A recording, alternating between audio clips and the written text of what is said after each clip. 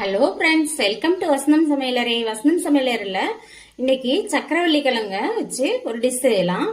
அது சக்கரவள்ளி கிழங்கு.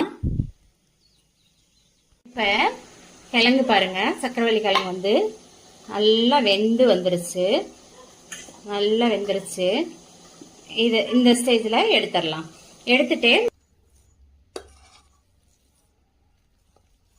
சுத்தினாலும் ஓகே. இப்போ இதை நான் இதில் மாய்சர் வச்சு மசிச்சுக்கலாம். இப்போ இது போல் ஒரு மாய்சரை இந்த மாதிரி ஒரு இதில் இருக்கு. ஒரு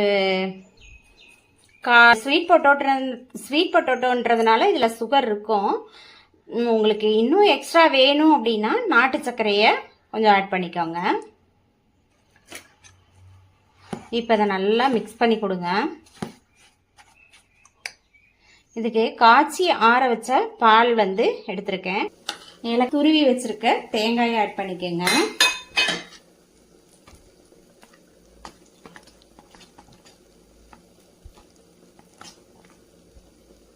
கொஞ்சமாக பால் ஆட் பண்ணிக்கோங்க.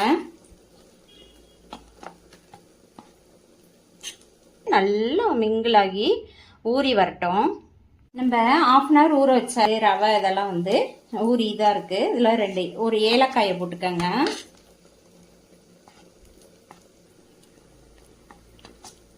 மாவோட இப்படி வந்தால் போதும்.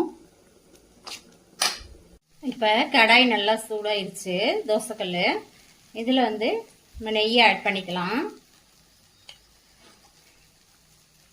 நெய்யை ஆட் பண்ணிட்டு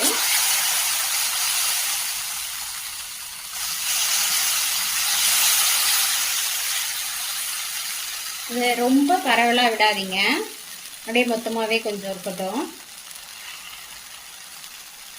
இது நல்லா வெந்து வரட்டும்.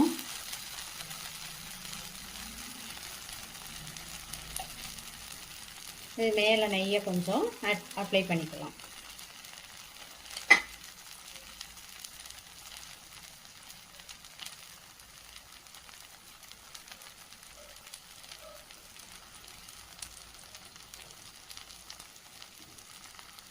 நெய் வேணும்னா ஆட் பண்ணிக்கோங்க, இல்லைன்னா ஆயில் ஆட் பண்ணிக்கலாம்.